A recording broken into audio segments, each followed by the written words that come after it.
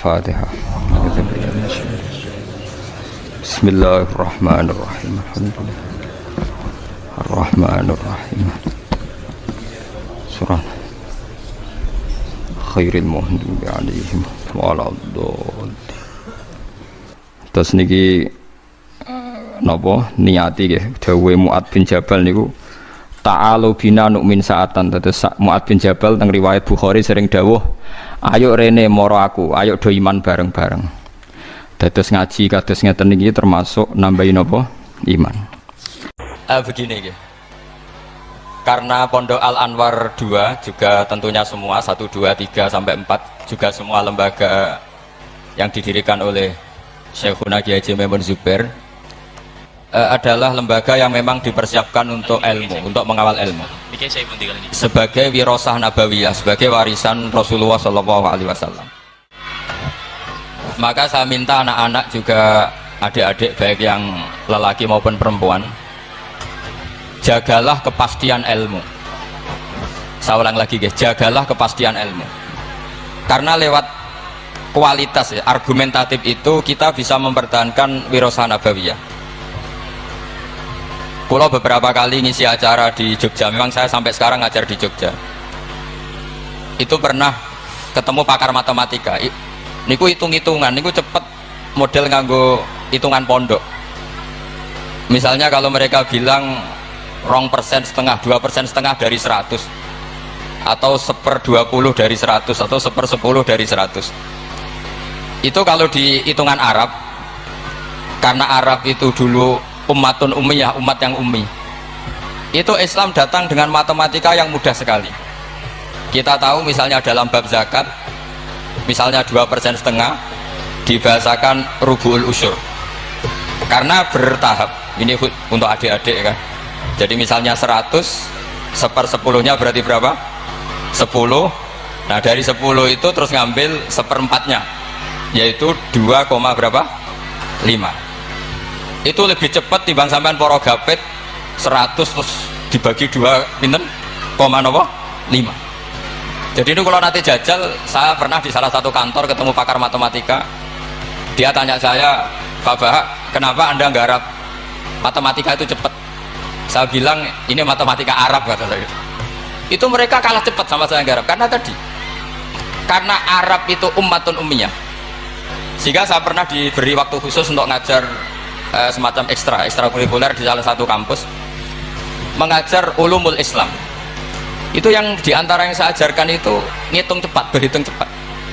Misalnya sampai ngitung 1/10 dari 100 sudah tidak mikir, apalagi 1/20. Tapi kalau Islam, misalnya zakatut tijarah, zakatut ziroah itu misalnya, ya sudah, misalnya kalau 1/10 ya disebut usur, kalau 1/20 disebut nisful usur. Jadi cara berpikir ya 100 diusurkan itu 10, nanti kalau nisful usur ya berarti berapa?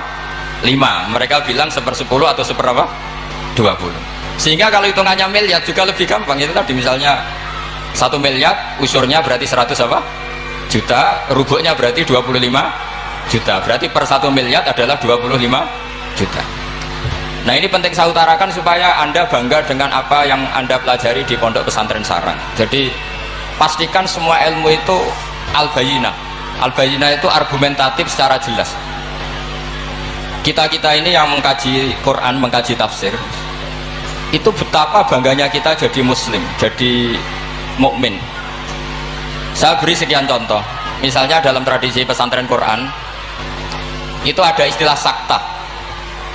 Dan alhamdulillah tadi saya tahu betul di sini, alhamdulillah sekarang ada Gus Rokib, ada istrinya Gus Roji yang mengampu tahfidz. Saya senang sekali karena semua ini keluarga saya, dan saya sama Gus Bab itu buyut saya kandung tuh Mbah Maimunah, Mbak Yunya, Mbak Bedowi. Jadi senang sekali kalau di sini juga ada tahfidz, di Pondok Anwar juga ada garwanya Gus Naji, garwanya Gus Kamil.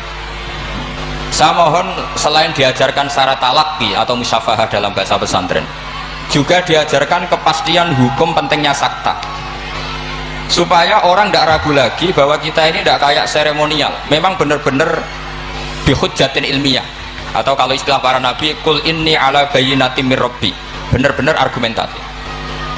Sakta itu dimaksudkan adalah, kalau ibarat sastra itu taktek itu memotong. Jadi misalnya begini, yang paling terkenal tentu Alhamdulillahilladzi anzala ala abdil kitaba wa lam yaj'al lahu iwaja. Terus disaktah qayyimah. Andai kan tidak ada sakta maka bacanya gini, walam yaj'al lan orang gawe sapa Allah lahu ing Quran, ora digawe iwajan ing bengkok. Qayyiman ya ora digawe jejeg. Itu kan jadi kacau. Ya Quran itu ya ndak bengkok ya ndak jejeg. Tapi barokahnya ada sakta, Allah tidak membuat Quran sebagai sesuatu yang bengkok. Sakta berhenti. Berhenti itu menyimpulkan kalau tidak bengkok maknanya jejeg atau lurus, sehingga memang harus sakta. Begitu juga di surat Yasin, ketika orang kafir bangkit dari kubur, mereka bilang misalnya wa nufikha fis-sur fa idza hum minal ajdati ila rabbihim yansilun. Terus qalu ya wailana man ba'atsana mim marqadina. Orang kafir ketika bangkit dari kubur, mereka tanya, man ba'atsana mim marqadina, kita yang bangkitkan siapa? Tentu ini adalah qailul mustafhim, omongannya orang yang tanya. Terus kita sakta, terus kita teruskan hadza ma wa'adar rahman wa shadaqal mursalun. Tentu hadza ini tidak sama pengucapnya atau yang mengatakan itu tidak sama. Yang satu qaulul mustafhim atau qaulus sa'il, yang satu qaulul mujawib.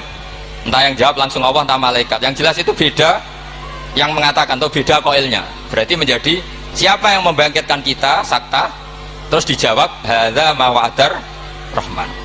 Andai kan itu dibaca langsung, maka hadza ma wa'adar rahman bagian dari yang dikatakan al mustafhim, bagian yang dikatakan man ba'atsana mim marqadina hadza ma wa'adar rahman, itu kacau semua. Sehingga saya mohon sekali semua ilmu yang kita dapatkan itu tolong dipastikan bayinahnya. Begitu seterusnya. Dulu Syekhina Kiai Haji Maimun Zubair itu sering gojlok yasinan ke orang roh wakaf, itu kata beliau. Beliau itu paling nggak seneng kalau santri yasinan gini misalnya, fala yazunka qauluhum inna na'lamu ma yusirun, itu nggak seneng sekali beliau. Karena tentu maknanya itu fala yazunka qauluhum Muhammad, kamu jangan risau oleh apa yang mereka katakan. Kalau kamu baca langsung inna na'lamu itu jadi makaulul kaulnya kauluhum, yang mereka katakan adalah inna na'lamu ma yusirruna wa ma yu'linu. Itu tentu kacau, secara makna kacau. Yang benar adalah fala yahzunka qauluhum, kita wakaf, kamu jangan gelisah oleh apa yang mereka katakan, yaitu mereka berkomentar bahwa Rasulullah tidak nabi, Rasulullah majnun, Rasulullah sahir. Kenapa kamu gak perlu susah? Karena inna na'lamu ma yusirruna wa ma yu'linun. Jadi inna na'lamu itu tasliyatun minallah, Allah menghibur nabinya, kamu tidak usah susah Muhammad. Terus yang ketiga misalnya menyangkut maulid atau menyangkut musofahah setelah salaman atau wiridan setelah salaman, itu di kota itu biasa dikritik, apa dalilnya salaman setelah sholat, apa dalilnya maulid.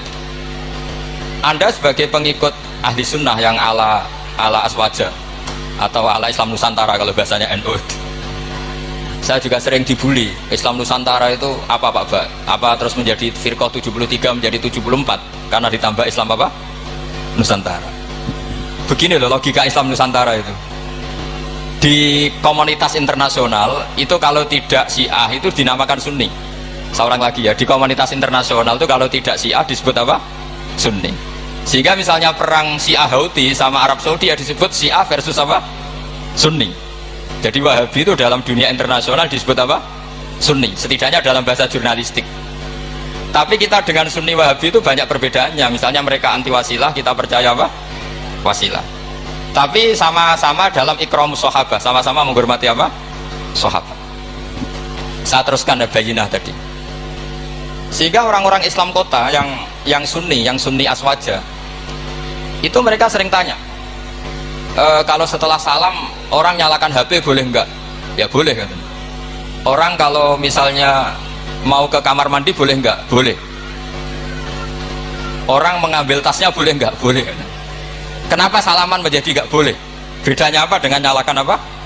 HP. Semenjak itu ya mereka mikir gitu. Ternyata mereka tasdid atau takalluf. Cara beragama itu takalluf, semuanya harus panduan dari Rasulullah SAW. Maka saya minta tradisi keilmuan di Pondok Sarang itu harus terjaga. Apapun pilihan ilmu itu harus ala bayinah, harus benar-benar jelas. Cara wong Jawa jelas welo-welo. Karena itu kecakapan Rasulullah SAW. Dulu saya berkali-kali cerita, dulu orang kafir itu sangat nganggep Rasulullah itu aneh karena mengajak ke satu Tuhan. Saya berkali-kali cerita logika ini. Aja alal alihata ilaha wahida innaha adalah syai'un ujab. Urusan kita banyak, problem kita banyak, kenapa tuh hanya satu itu tidak cukup Muhammad? Terus mereka sama Nabi didatangin, terus Nabi bikin argumen tandingan. Kalau kamu jadi pembantu lalu majikan kamu banyak, kamu suka enggak? Perintahnya beda-beda, seleranya beda-beda.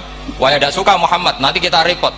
Ya sudah, Tuhanmu itu majikan kamu, kalau banyak-banyak kamu yang repot. Ya sudah mat, Tuhan satu aja kata dia. Nah, itu namanya bayinah.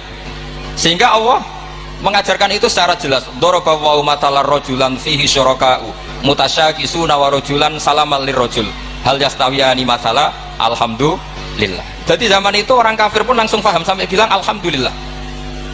Allah membuat satu perbandingan, satu pembantu yang punya majikan banyak dengan satu pembantu yang punya majikan satu. Nasibnya baik mana?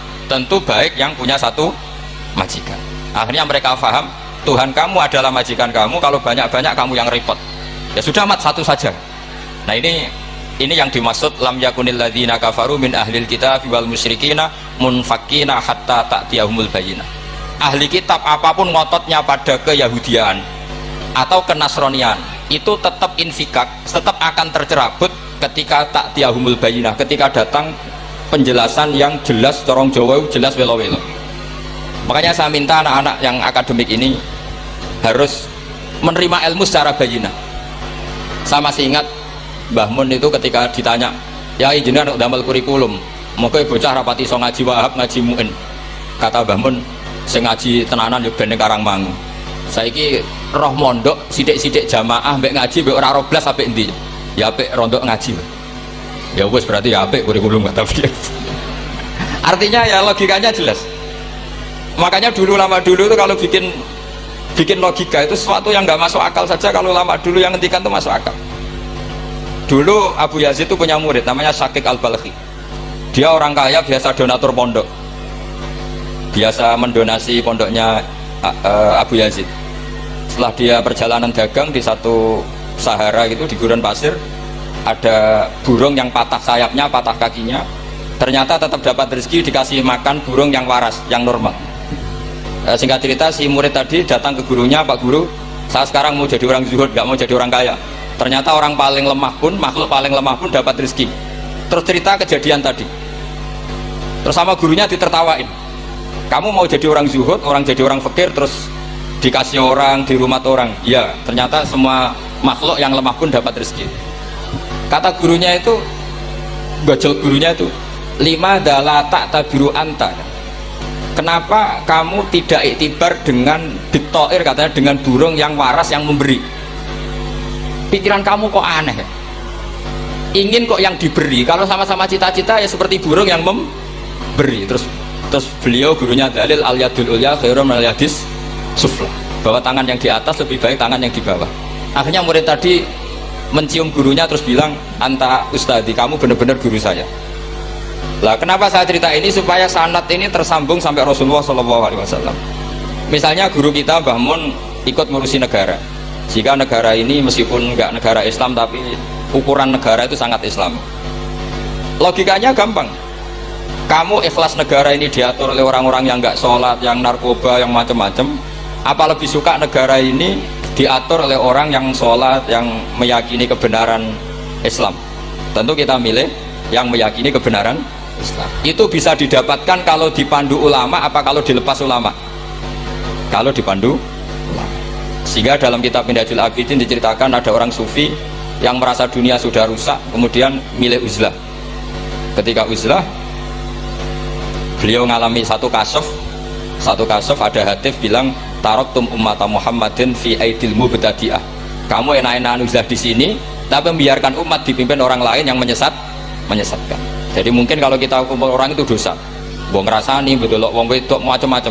Tapi ketika meninggalkan umat ini berarti kamu biarkan dipimpin orang lain, dan orang lain ini bisa tidak ahli sunnah, bisa orang yang sangat menyesatkan. Berarti uzlah juga punya sisi dosa. Akhirnya ulama ini kembali ke masyarakat dan menunggui masyarakat mengawal mazhab ahli sunnah apa? Wal jamaah.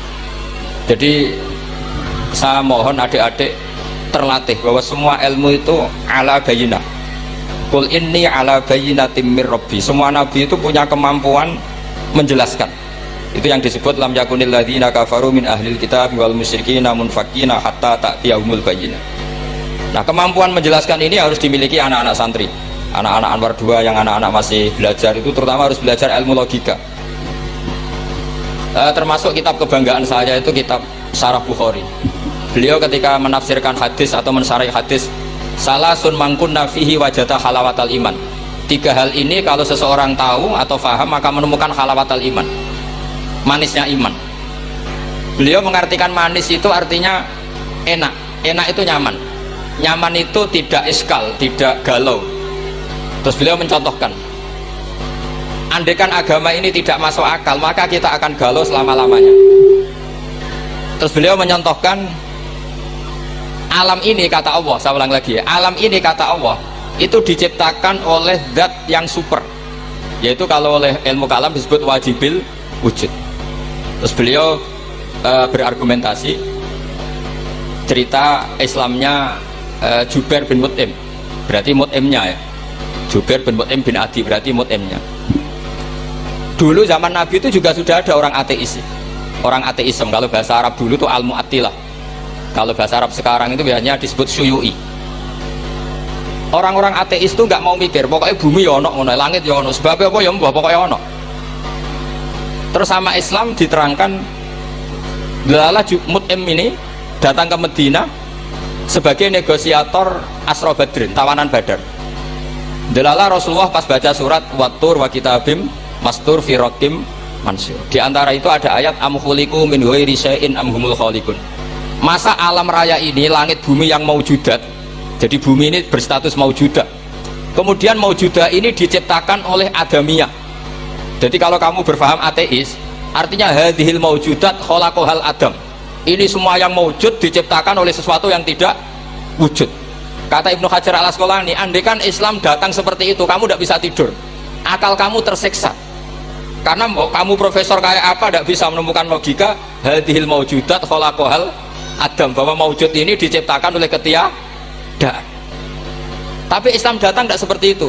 Hadhil maujudat khalaqaha wajibul wujud, ini maujudat diciptakan oleh zat yang wajib wujud, yaitu Allah Subhanahu wa ta'ala. Nah, dengan berpikir seperti itu ahlul akli nyaman. Nah, nyaman ini kata Ibnu Hajar al Asqalani menjadi halawatul iman.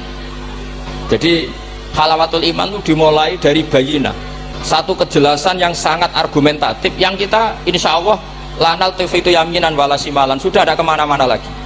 Nah, ini yang dimaksud Allah Subhanahu wa ta'ala, yusabbitu walladzina amanu bil qaulith sabiti fil hayatid dunya wa fil akhirah. Jadi logika ini mapan sehingga kita misalnya jadi TKI sekalipun di negara Korea, di negara Uni Soviet tetap bawa tauhid, karena logika tauhid logika sing sibghatullah wa man ahsanu minallahi sibghah, logika yang dibangun oleh guru-guru kita zaman anak-anak sekolah di musola, zaman TPQ, TPA, semuanya dibangun bahwa diantara sifat Allah pertama adalah sifat wajibil wujud. Dengan sifat wajibil wujud maka logika kita terbangun, nggak mungkin maujudat ini diciptakan suatu yang tidak ada, pasti namanya yang ada, faktornya ya ada, bukan tidak ada. Nah, itu termasuk kenyamanan berpikir. Terus ketiga, kenyamanan sosial. Agama ini mengajarkan baik sama orang tua, takdim sama guru, sayang sama anak-anak, sayang sama yang lemah. Makanya kata ulama-ulama dulu, laulam yakun ma ja'a bi Muhammadun dinan lakana fi aqlin nasi hasanan. Kalau saja yang dibawa Muhammad tidak diatasnamakan agama, itu pun menurut logika akal sesuatu yang baik. Karena agama ini hanya mengajarkan yang baik-baik saja. Jadi saya kira demikian, pokoknya saya minta seminta-mintanya tradisi keluarga sarang bahwa semuanya bil ilmi itu harus dijaga. Karena ilmu ini pula yang sebetulnya yang kita berstatus warasatul anbiya. Al ulama warasatul anbiya, dan itu tentu bil ilmi. Fainal anbiya lam yuwarithu dinaron wala dirhaman wa innama warasu al ilma. Semua nabi itu tidak mewariskan dirham maupun dinar, tapi mewariskan apa? Ilmu.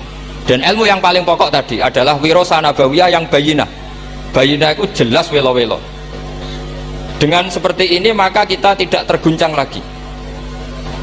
Makanya saya pernah ketemu orang yang agak ekstrim. Pak Bak, dalilnya wong bar sholat wiridan gak apa? Terus tak tanya, dalilnya nyalakan HP apa setelah sholat? Ya gak ada. Terus kata, saya punya teman kota yang ahli sunnah, ya agak aneh, orangnya orang kota. Kamu itu ditipu katanya, mengharamkan wiridan biar wong Islam ora tau eling pangeran katanya. Terus kepikiran dia, iya aku wiridan di bid'ah no, jangan-jangan diakali benong Islam railing apa pangeran. Kepikiran kemarin cerita ke saya, sudah Pak saya ikut aswaja saja kan. Jadi logika perdebatan itu meskipun ya kadang agak arogan itu, tapi itu bagus karena memang ya seperti itu sejarahnya para nabi seperti itu. Jadi nabi itu punya kemampuan, saya ulang lagi, nabi itu punya kemampuan, punya fatona untuk bikin logika, dan logika ini nggak terbantahkan. Makanya seorang nabi itu harus bersifat apa?